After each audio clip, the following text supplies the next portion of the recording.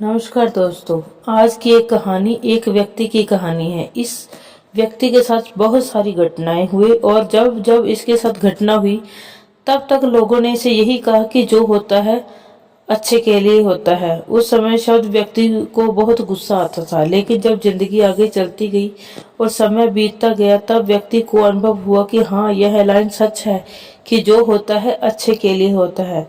दोस्तों, हम सब की जिंदगी में बहुत सारी घटनाएं होती हैं। कोई कड़ी मेहनत से सरकारी नौकरी की तैयारी कर रहा है, कोई अपने परिवार से टूट गया है। ऐसे बहुत सारी समस्याएं हैं हमको हमारी जिंदगी में आती हैं और हम सब इस समस्या से जूझते रहते हैं। तब लोग कहते हैं कि जो होता है अच्छे के लिए होता है। तब हमें उन लोगों के ऊपर बहुत गुस्सा आता है, लेकिन जब हम आगे बढ़ते हैं, समय बीतता है, तब पता चलता है कि आज जो हुआ वह अच्छा हुआ, नहीं तो आज मैं इस मुकाम पर नहीं पहुंचता। आज की कहानी एक व्यक्ति की है जिसका बचपन में बहुत सारी घटनाएं हुई, जिसने उसका पूरा जीवन बदल दिया। उस व्यक्ति का नाम था पवन गुप्ता। वह गांव में रहता था। गांव की ही सरकारी स्कूल था। गांव की ही सरकारी स्कूल की हालत तो आप जानते ही हैं। सरकारी स्कूल में कभी बच्चे आते हैं, जब बच्चे आते हैं तब टीचर नहीं आते, और जब टीचर आते हैं तो बच्चे नहीं आते। जब दोनों आते हैं तो स्कूल में छुट्टी हो जाती है। इसी प्रकार से सरकारी स्कूल में पवन गुप्ता पढ़ता था। वह पढ़ाई में ठीक था। जब वह छठी क्लास में था तो वह छठवीं क्लास में फेल हो गया। अपनी कक्षा में एकमात्र विद्यार्थी था जो फेल हो गया था। बाकी सारे उसके दोस्त पास होकर 7वीं कक्षा में पहुंच गए थे। तब पवन के माता पिता ने सोचा कि पवन की अच्छी पढ़ाई के लिए उसे शहर भेज दिया जाए। यह पढ़ाई में कमजोर है, इसलिए फेल हो गया। यह सोचकर उसके माता पिता ने उसे शहर के से दूर एक स्कूल में एडमिशन करवाया। और जब पवन 6वीं कक्षा में फेल हो गया तब उसके दादाजी ने उसे कहा कि बेटा, जो होता है अच्छे के लिए होता है। यह बात सुनकर पवन को बहुत गुस्सा आया और वह अपने दादाजी से कुछ समय के लिए नाराज हो गया था। और उसे पवन को ऐसा लगता कि इसमें अच्छा क्या हो रहा है। मैं 6ठी कक्षा में फेल हो गया, अब मुझे माता पिता से दूर रहना पड़ेगा, अब मुझे हॉस्टल का खाना पड़ेगा, मुझे अच्छा खाना नहीं मिलेगा। लेकिन आसपास वालों ने यही समझाया कि बेटा, जो होता है अच्छे के लिए ही होता है।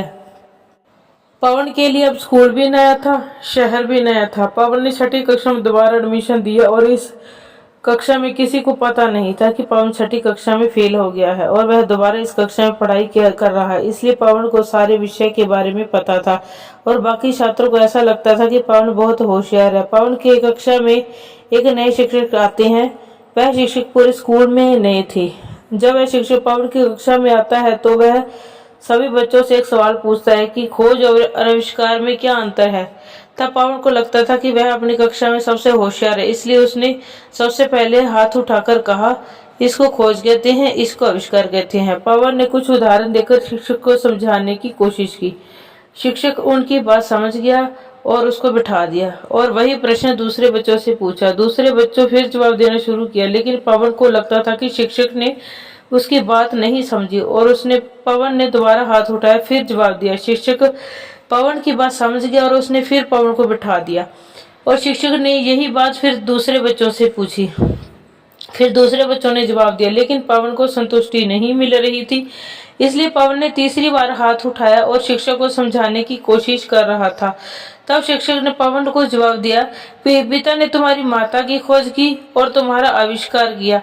आज पवन को समझ आ गया था कि खोज और आविष्कार में क्या अंतर है। अब पवन की पढ़ाई अच्छी चल रही थी।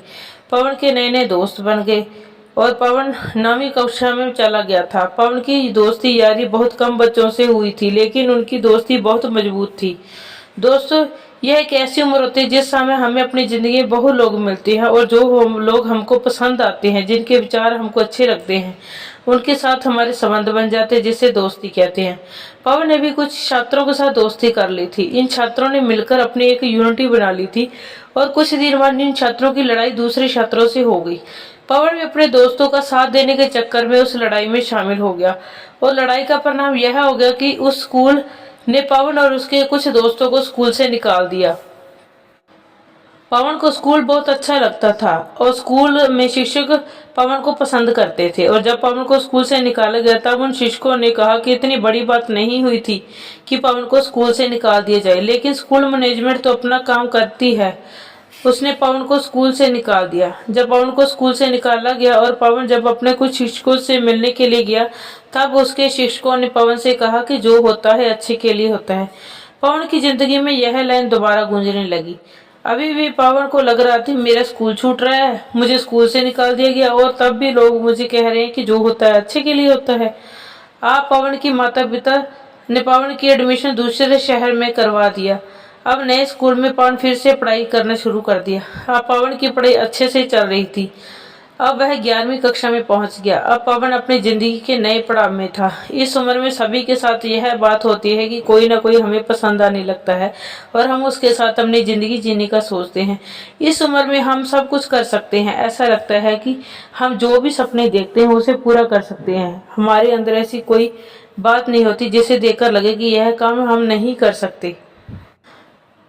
पवन को 11वीं कक्षा में एक लड़की से प्रेम हो गया। खास बात यह था कि उस लड़की को भी पवन से प्रेम हो गया था। शुक्र है पवन का प्रेम एक तरफा नहीं था। पवन और उस लड़की ने 12वीं कक्षा पास किया और अपने कॉलेज की पढ़ाई के लिए अलग अलग कॉलेज में एडमिशन लिया। पवन और वह लड़की एक ही शहर में रहते थे लेकिन अलग अलग कॉलेज में पढ़ते थे। यह ऐसा समय था जिस समय व्हाट्सएप और फोन सभी के पास नहीं होता था। एक दूसरे से फोन पर बात करने के लिए एसटीडी में जाना पड़ता था।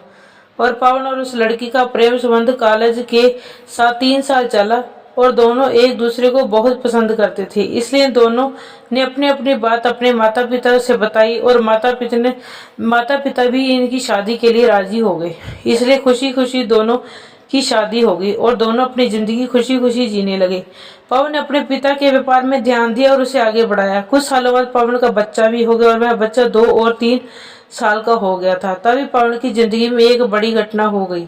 पवन की पत्नी को उसके दोस्त से प्यार हो गया और उसने पवन से तलाक मांगा।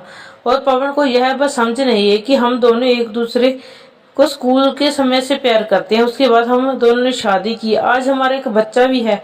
हम दोनों एक दूसरे के साथ 8 साल से जी रहे हैं। हम दोनों जो चाहते हैं सब कुछ वैसा ही हो रहा है।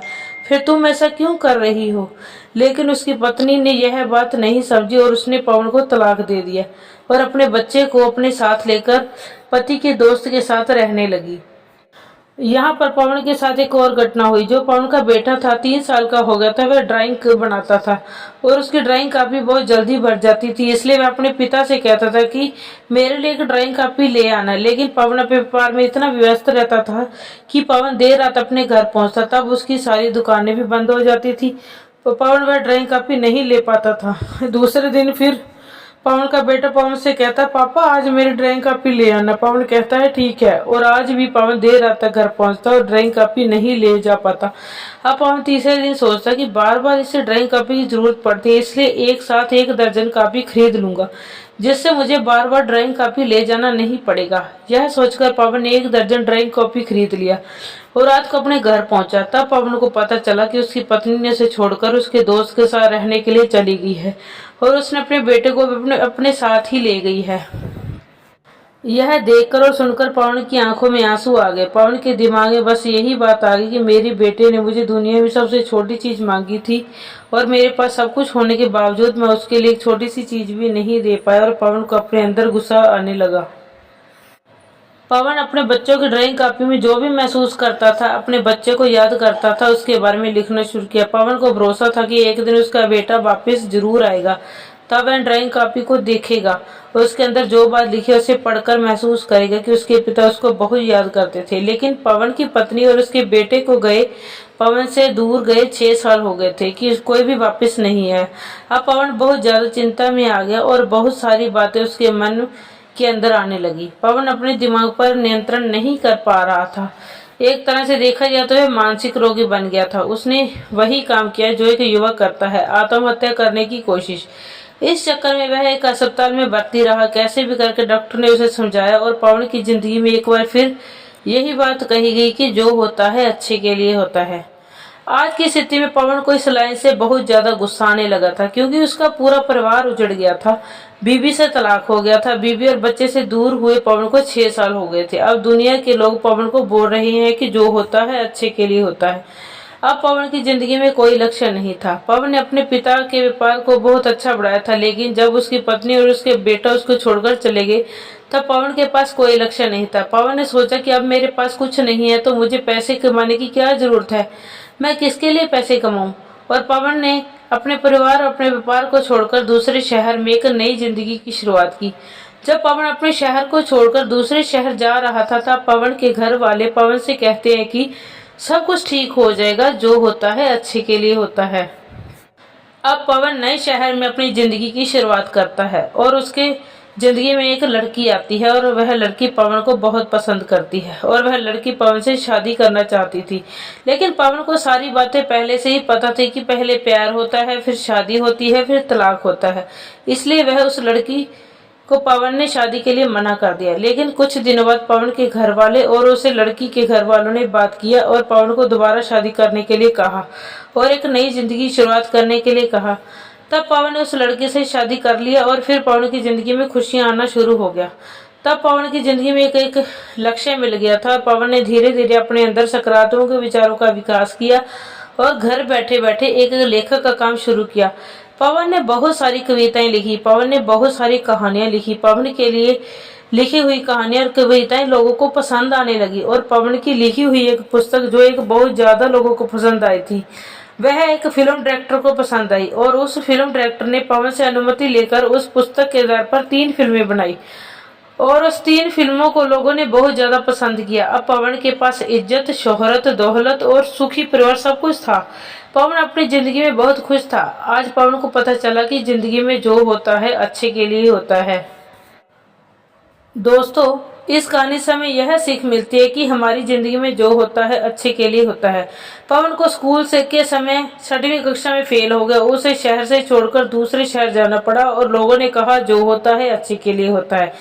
दूसरे स्कूल से शहर में स्कूल वालों ने पवन को स्कूल से निकाल दिया और स्कूल के कुछ शिक्षकों ने पवन से कहा कि जो होता है अच्छे के लिए होता है। पवन शहर में पढ़ने के लिए और वहां एक लड़की से प्रेम हो जाता है और शादी भी हो जाती है। कुछ सालों बाद तलाक भी हो जाता है।